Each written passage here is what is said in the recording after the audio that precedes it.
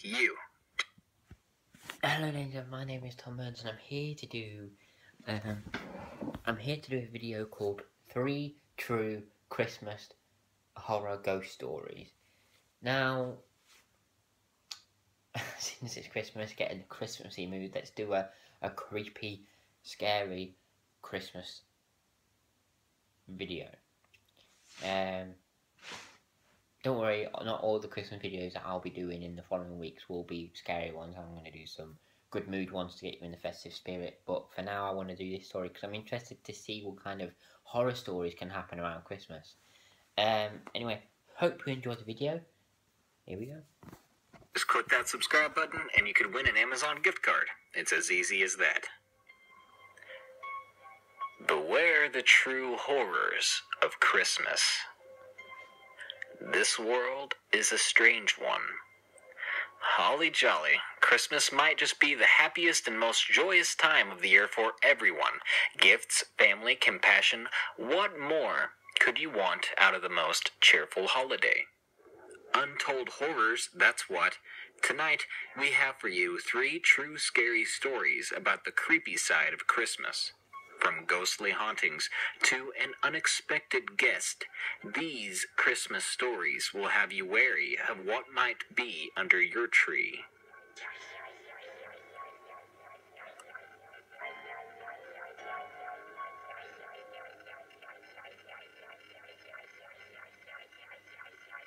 Number 1. Christmas Church Ghost. That's a scary picture. I never really believed in supernatural stuff, but this incident made me believe otherwise. This was about 9 years ago in Samoa. I was playing hide and seek with the other kids from my mom's village of Sachua, Western Samoa. I was quite young then, so I always followed my older cousin around. It was the middle of the night, and most of the kids were used to hiding anywhere in the dark. I wasn't used to it, as I was only there for Christmas holidays. I actually live in Australia. Anyway, we all went to hide. Since we were all hiding in the graveyard, we all found our way around in the light that the church cast onto the graveyard. We all hid in the shadows and waited for the boy who was it. We could hear the boy coming, so we kept quiet. The boy was pretty loud, so we watched what he was making a fuss about. He had walked into the church as he thought that his brother was hiding there. As he walked into the church, he later told us, he saw a boy standing right at the front of the altar. He didn't know if it was his brother because the boy's back was turned. He ran up and tapped the boy on his shoulder. As soon as he did this, the boy disappeared. Our friend fainted. We went home to tell his parents, and we returned with the boy's parents to find him still lying there, dead still. Oh. The parents took the boy home, and we never played in that graveyard at night again. We later found out that the boy's brother had been at home the whole time, and he hadn't been to the church at all. What really scared us was that the boy who fainted has been ill since that night, and he still hasn't recovered to this day. Whoever it was in the church must have been pretty mad that the kids had disturbed him. Wow. Number 2. That was The Christmas Visitor. I had an unusual visitor on Christmas Day in 2008, and I'm pretty sure it wasn't Santa, passing by my house in Bloomington, Indiana. The day started in typical fashion, with the opening of gifts around the Christmas tree. I served an early Christmas dinner for my family and friends, and everybody departed about 5, except my sister and her brother-in-law, who lived with me. They were sleeping in a bedroom at the end of the hall with the door open. I went into my bedroom with my dog Toby and shut the door securely. Toby curled up on the foot of my bed to sleep, like he always does. It was chilly, so I pulled the blankets and comforter up around my head and curled up to nap for an hour. I was just dozing off when I heard the latch on my bedroom door open. I waited a few seconds for my sister or brother-in-law to ask me whatever they came to say, but there was no other sound. It was almost 7 at night, so my bedroom was pitch black. I had left lights on in the kitchen and the bathroom, and there were lots of Christmas lights in the living room, so the hallway would have been well lit. I would be able to see whoever it was at the door just by lifting my head. I pushed the blankets down and lifted my head from the pillow, but just as I would have been able to see who was in the doorway, an extremely bright light hit me right in the eyes. I shielded my eyes and yelled. The light immediately disappeared, and I heard the bedroom door latch close.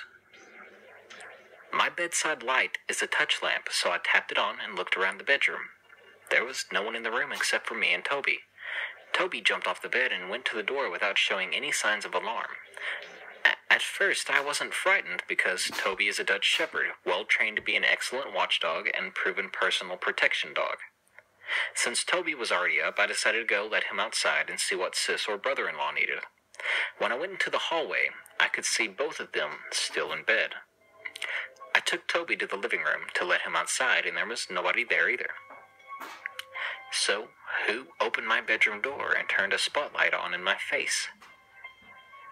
Ordinarily, I'm not a skittish person, and strange noises or lights wouldn't alarm me, but this situation was just too eerie, and the light had made my skin crawl. Let me add that the latch on my door is broken in such a way that the inside door handle must be jiggled for the latch to pop out and engage. It makes a very distinctive sound that I'm used to listening for, because if it doesn't latch, the door swings open. I am absolutely positive that the door was latched closed when I got into bed, just as I'm certain it was the door latch I heard during the incident. When I left the bedroom, the door was latched close again. I couldn't understand how my sister or brother-in-law could have come into my room and then returned to their own bed and crawled under the covers in the few seconds it took me to reach the hallway. But I figured it had to be one of them, since Toby always barks and growls at everybody and everything he doesn't immediately recognize. When brother-in-law got up to get ready for work that night, I asked him what he wanted earlier in the evening when he opened my door. He looked puzzled and said, "I never got up, and I certainly never opened your door. I slept soundly the whole time I was in bed." Okay, so I asked Sis, "Did you want something earlier this evening when you opened my door?" She also looked puzzled and said, "I dozed off and on, but I never got out of bed, and I never saw or heard anything in the hallway." She leaves their bedroom door open at all times, and she faces the hallway so she can see whoever is coming or going through the house. So, who was my special Christmas visitor, and how did they get in and out so quickly?